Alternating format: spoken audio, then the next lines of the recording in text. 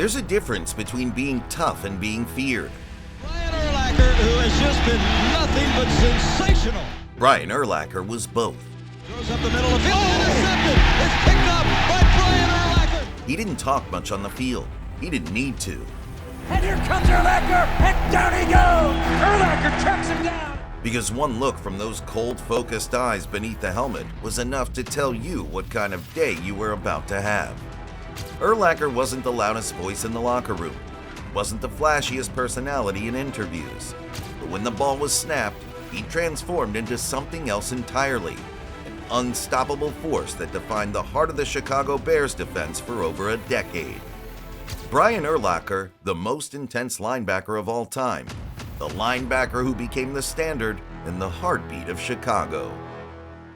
You'd never guess one of the NFL's fiercest linebackers grew up in the middle of nowhere, Lovington, New Mexico, a town so small you could drive through it in 5 minutes. Urlacher was raised by a single mom, Lavoida, who worked multiple jobs to keep things running. She taught him early what hard work looked like, no shortcuts, no complaints. In high school, Brian was an all-around athlete. He played basketball, ran track, and of course, there was football. But even then, his position didn't scream future Hall of Famer. At 6'4" with incredible speed and range, he was more like a human missile flying across the field. His size didn't limit him, it made him terrifying. At Lovington High School, Brian became the definition of versatility. He didn't just play one position, he played everything. Running back, wide receiver, return specialist, defensive back, you name it. If the Wildcats needed it, he did it. And he didn't just participate as an average guy, he dominated it. In 1995, he led Lovington to a perfect 14-0 season and a Division IIIA state championship. He finished that season with 12 touchdown receptions, 6 touchdown returns, and 2 rushing touchdowns. By the end of his high school career, he wasn't just another athlete from a small town. He was the athlete, the identity of the town. He earned state-level honors in both football and basketball, and his name became a local legend. Years later, Lovington retired his high school jersey and even named a holiday after him, a reminder of the kid who put their town on the map. He always dreamed of playing for Texas Tech University, a powerhouse school just a few hours away. It was close enough to home, but big enough to make his mark. But the offer never came. Most kids would have moved on, but Urlacher just trained harder. When New Mexico called, he didn't think twice. It wasn't the biggest stage, but it was enough to prove himself. Because Urlacher never needed a spotlight, just a field, a helmet, a chance to show what he could do. When Brian Urlacher arrived at the University of New Mexico, he wasn't a star. He was just a tall, raw kid from a small town, majoring in criminology, hoping to prove he belonged. The program wasn't exactly a powerhouse, but it was a place to start. Head coach Dennis Francione liked his size and athleticism, but he didn't quite know where to put him. So Urlacher began as a linebacker, though for most of his first 2 seasons he watched more than he played. Francione leaned on veteran players, and Urlacher often stood on the sideline, helmet on, eyes locked, waiting for his shot. When he did get on the field, he made an impression. He moved like a safety, but hit like a defensive end. You could already see flashes of something special. The team posted winning records both seasons, even reaching the 1997 Insight.com Bowl, their first bowl appearance in years. But success came with a price. Francione left for a bigger job at TCU, and New Mexico was left rebuilding. That's when Rocky Long arrived. Long wasn't afraid to experiment. He saw Urlacher's potential immediately, not just as a linebacker, but as a complete defensive weapon. Under Long, Urlacher finally had freedom. He wasn't boxed into a single role. They built a new role just for him, a hybrid position they called the Lobo back. It was part linebacker, part safety, and somehow part everything in between.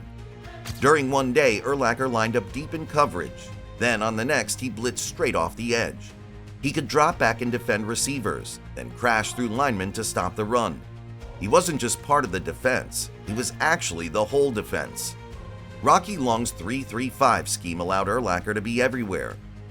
And with defensive coordinator Bronco Mendenhall guiding him, he sharpened his instincts. He learned how to read quarterbacks, how to time blitzes, how to turn speed into precision. It wasn't just raw aggression anymore, it was controlled chaos. Even as the Lobos struggled in the standings, Urlacher's dominance grew. He started returning kicks, catching passes, and even scoring touchdowns on offense. It was rare to see a player that big and that fast handle so many responsibilities and excel at all of them. By the end of his college career, his numbers looked unreal. 442 tackles, 11 sacks, 11 forced fumbles, 3 interceptions, and 6 receiving touchdowns. He also returned 19 kicks for 290 yards, proving he could impact the game in every possible way. In 1999, Urlacher led the entire nation in tackles with 178, setting a school record that still stands. He became a Jim Thorpe Award finalist and finished 12th in Heisman voting, a rare feat for a defensive player. And then came the recognition. All-American honors from Walter Camp, the Football Writers Association, and the Associated Press. He was named the University of New Mexico's Male Athlete of the Year, later became the first inductee into their Football Wall of Fame. The university decides to permanently retire number 44, KOT action. We just decided it was probably best to permanently retire that number. After winning a state championship in his hometown of Lovington, becoming an All-American, and playing on the biggest stage, UNM is retiring Brian Urlacher's number 44. Years later, the school retired his number 44 jersey during halftime of a game against Air Force. Here's Brian Urlacher from New Mexico, even after all the things he's done in the NFL. And in 2017, Urlacher's name was added to the College Football Hall of Fame, forever cementing what he meant to that program. But what really set him apart wasn't just the stats or awards, it was the way he played. Urlacher combined a linebacker's toughness with a safety's vision. He understood spacing, leverage, and pursuit angles at a level few college players ever grasp. His ability to see the game before it unfolded became his greatest weapon in the NFL. Because what New Mexico taught Brian Urlacher wasn't just how to play multiple positions. It taught him how to command a field, how to mold the game his way. By the spring of 2000, Brian Urlacher wasn't a hidden gem anymore. He was a national name, one of the most gifted prospects in the entire draft class. At the NFL Scouting Combine, Urlacher looked less like a college kid and more like a science experiment built for football. He bench pressed 225 pounds 27 times, ran a 4.57 second 40-yard dash, and moved with the kind of balance that made scouts double-check their stopwatches. Teams were intrigued. Nobody had ever seen a player that big move that fast or that intelligently. And one of those teams, a franchise searching for its next defensive anchor, was the Chicago Bears. They'd finished the previous season with the 29th ranked defense, a far cry from their glory days of the monsters of the Midway. Chicago was desperate for someone to bring back that identity, someone to make teams fear stepping into Soldier Field again. When their pick came up at number 9 overall, they made the call. Brian Urlacher, linebacker, University of New Mexico. And it just felt right. Urlacher signed a 5-year deal worth nearly $8 million, including a $5.5 million signing bonus. The Bears were all in on him. Head coach Dick Duran saw a rare kind of versatility and decided to start him out at strong side linebacker. But it was the NFL, the bigger stage, and the NFL moves fast, and Urlacher's transition wasn't smooth at first. In his debut, he struggled to find his rhythm. The game was faster, the blocking was stronger, and the schemes were far more complex than college. After just 1 week, he lost his starting spot to veteran Roosevelt Colvin and watched from the sideline as the Bears got crushed 41-0 by the Buccaneers.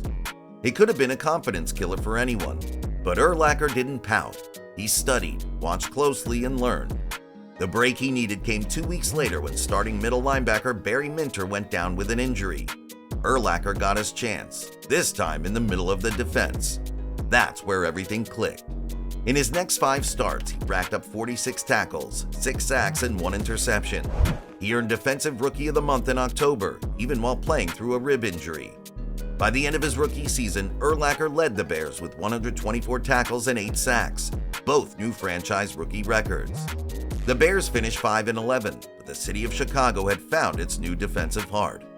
Urlacher was named Defensive Rookie of the Year by multiple outlets, including the Associated Press and the Sporting News. He even earned a Pro Bowl selection as an alternate, a rare feat for a first-year player. That season became the foundation of everything that followed. And by 2001, he wasn't just learning the game, he was controlling it. That fall, Urlacher delivered one of the most complete seasons by any linebacker in football. In a matchup against Michael Vick in the Atlanta Falcons, he put on a clinic. Vick, famous for turning defenders into highlight reels, managed just 18 rushing yards that day. Urlacher spied him perfectly, tracked every movement, and capped the performance with a sack, a forced fumble, and a 90-yard touchdown return. 2 weeks later against the 49ers, Urlacher intercepted a pass and later forced Terrell Owens to fumble, setting up a game-winning return by teammate Mike Brown. He was everywhere, reading plays before they even unfolded. He even caught a touchdown himself that season, hauling in a pass from punter Brad Maynard on a fake field goal against Washington. A perfect reminder of his old versatility, proving that he was the Lobo player. By the end of 2001, Urlacher had 3 interceptions, 6 sacks, and was firmly in the conversation for NFL Defensive Player of the Year. The Bears finished 13-3, their best record since 1986. It felt like the monsters of the Midway were back, and Urlacher was the one driving the revival. Hey, don't forget to watch our Dick Butkus video, the link's at the bottom of the screen. But the NFL has a way of humbling even the strongest teams. After that magical run, the Bears hit a wall. 3 straight losing seasons followed. Injuries, inconsistency, and coaching changes tested Urlacher's patience. Head coach Dick Duran was replaced by Lovie Smith, who came in preaching a fast, disciplined defense. Urlacher bought in immediately, but in 2004, his body didn't cooperate. He battled through hamstring, leg, and lower body injuries that limited him to just 9 games. Even so, his leadership never faded. When he couldn't be on the field, he was in the film room. When he couldn't tackle, he coached. Because for Brian Urlacher, every setback was a setup for something bigger, and what came next would prove exactly that. The 2004 season had broken more than just bones. It broke Brian's rhythm, his confidence, his momentum, but the actual fire was still burning. When 2005 kicked off, he was a different animal, lighter, smarter, and meaner. Chicago's defense wasn't just good that year, it was frantic. They allowed the fewest points per game in the entire conference. And when chaos erupted, it was always number 54 cleaning it up. Urlacher recorded double-digit tackles in 6 straight games. By the end of the season, he had 121 tackles, the most on the team. He wasn't just calling plays, he was creating them. You'd hear him barking audibles at the line, adjusting, shifting, mentoring the younger guys. He was the calm before the snap and the storm after it. That year, the Bears finished 11-5, their best since 2001. Urlacher walked away with NFL Defensive Player of the Year award. But when the playoffs came, the magic fizzled out. Against Carolina, he snagged an interception, made 7 tackles, and still watched the scoreboard tilt 29-21. Then came 2006, and the league found out the monster of the Midway was back for real. Chicago went 13-3, and Urlacher, he had one of those games that gets told around campfires. It was Monday night, Arizona Cardinals, down by 20. The Bears looked finished, but then Urlacher snapped. He turned into pure adrenaline, racking up 19 tackles and forcing a fumble that was run back for a touchdown. Devin Hester said later, "We watched the film, and everybody was saying he just turned into the Incredible Hulk the last 4 minutes of the game, just killing people and tackling whoever had the ball." That win flipped everything. Chicago marched through the NFC, crushing the Saints in the championship 39-14. And for the first time in over 2 decades, the Bears were back in the Super Bowl. Urlacher stood across from Peyton Manning and the Colts under the Miami lights. They didn't win that day. The scoreboard read 29-17. But long after the game ended, people still remembered who had taken them there. He finished the season with 93 tackles, 3 forced fumbles, and another All-Pro and Pro Bowl nod. Some even whispered his name again for Defensive Player of the Year. But it's football. You give it everything. Football's cruel. After that high came the dip. In 2007, the Bears hit rock bottom, last in the NFC North. Mid-season, Urlacher admitted something everyone feared, that his back was arthritic, and somehow still finished with 123 tackles, 5 sacks, 5 interceptions, and even a defensive touchdown. Who does that with an arthritic back? After the season, he went under the knife for minor neck surgery, just cleanup, nothing major. Then came the quiet negotiation.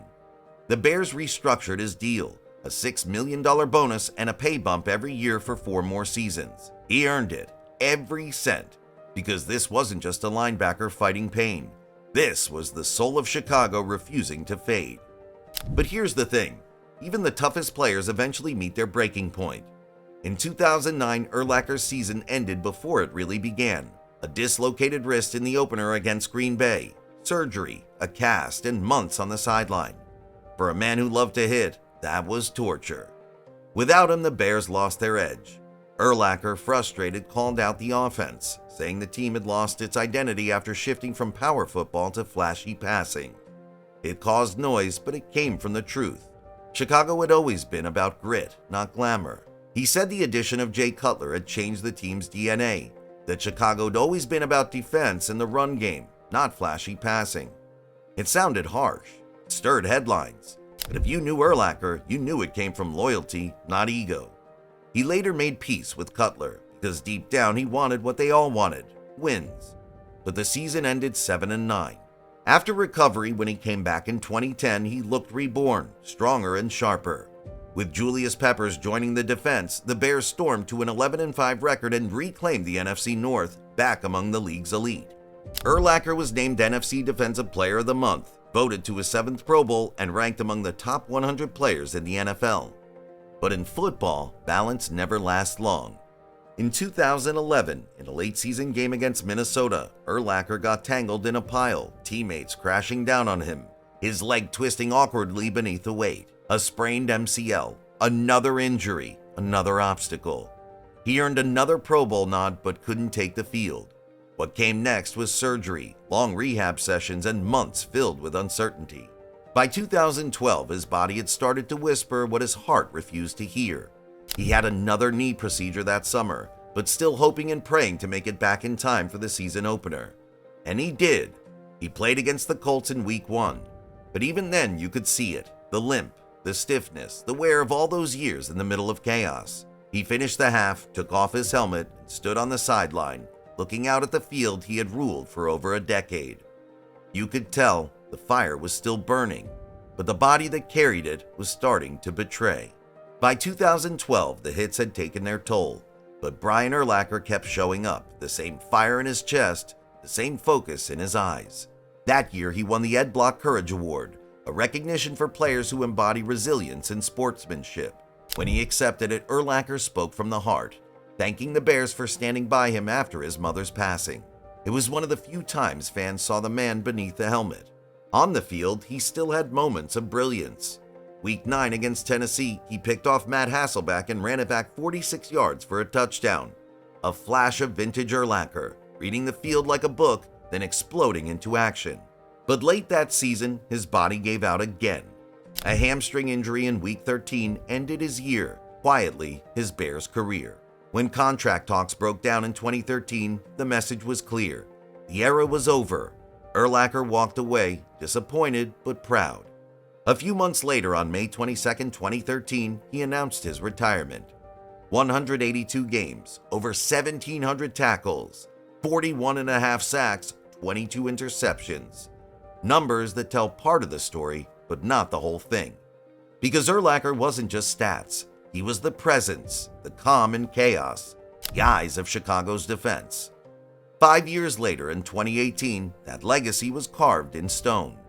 Brian Urlacher, the heart of the Bears, the face of a generation, was inducted into the Pro Football Hall of Fame. And in that moment, it felt right. The man who once played every snap like it might be his last, finally got the forever he earned.